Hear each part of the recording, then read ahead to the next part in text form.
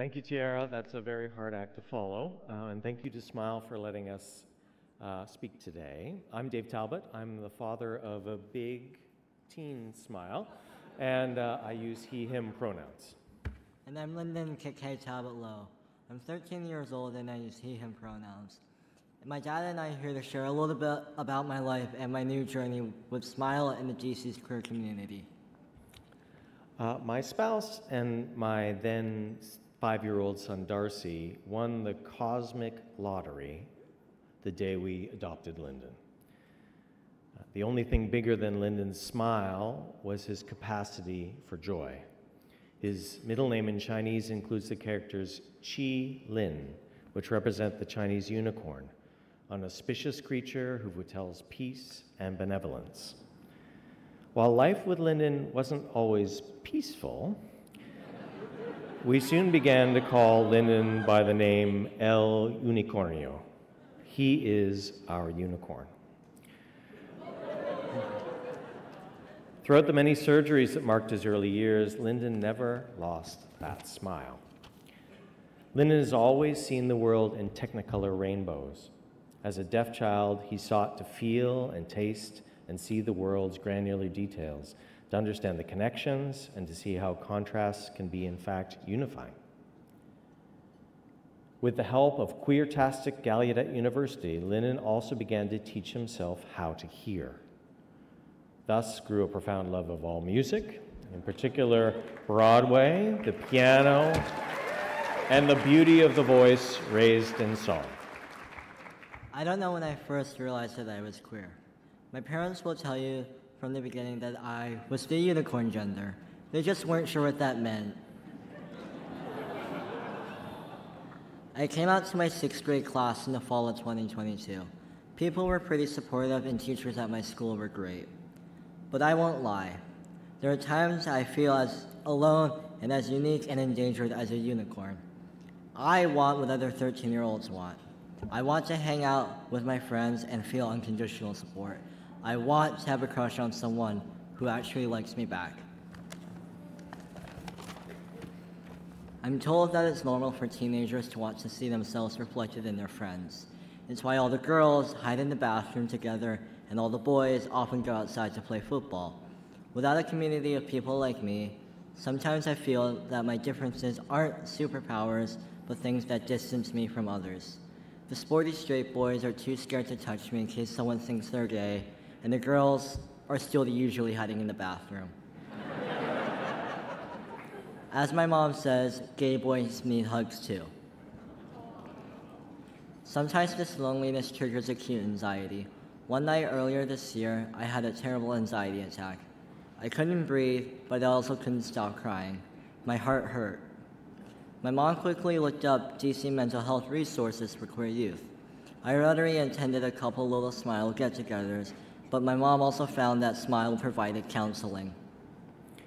Nowhere in DC's history has a service provider responded more quickly than did SMYAL. Our cry for help that went out at 9:30 at night was answered by 9 o'clock the next morning, and we had an appointment 2 days later. The no-cost mental health services for queer youth at SMYAL are nothing short of a lifesaver. Linden's counselor, Mariana, mirrors back his cool, queer, caring vibe and speaks to him about strategies for dealing with a world not always as empathetic as him. Linden feels seen and heard with consistent, reliable support and advice from someone who truly understands his plight. They talk about Taylor Swift and cats and what it's like to have a crush on a straight boy.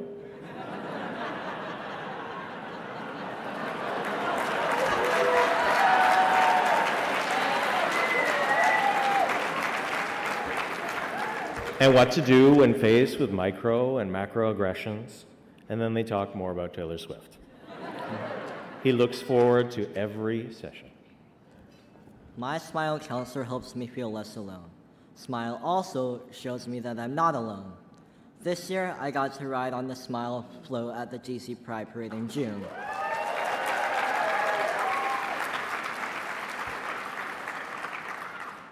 As a deaf person, parades can be overwhelming.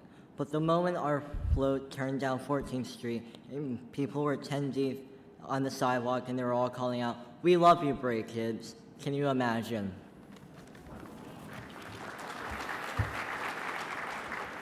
And I got to ride on my first Pride Parade with my therapist. Not many people get to say that. SMYAL's organization before and during the Pride Parade was awe-inspiring. Led by the human joy machine Ty, the kids stayed hydrated, safe, loved, and pumped. No offense to anyone here in emergency management, but we all might consider hiring SMYAL to do our next hurricane or natural disaster planning. SMYAL at the Pride Parade, with dozens of children under their supervision, provided a lesson in cool leadership and contingency planning. It was brilliant. SMYAL has also introduced me to a bigger queer community in DC.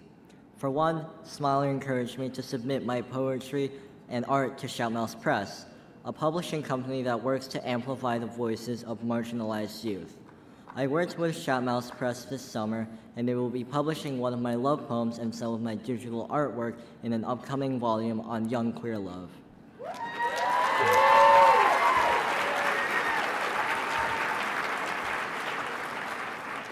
SMYAL also introduced me to Brave Trails, a sleepaway camp for queer youth.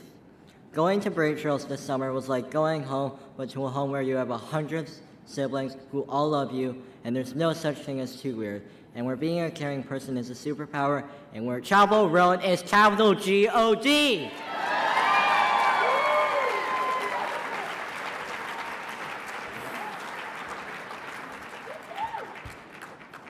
It won't surprise you that Ty was also a special guest at Brave Trails.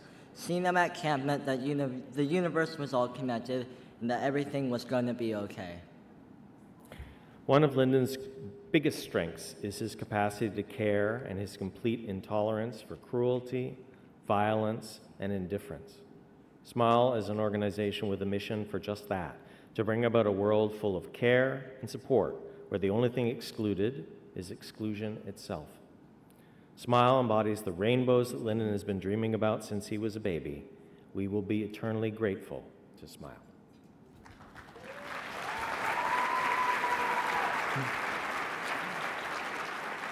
Yes, thank you for being here today to support SMYAL.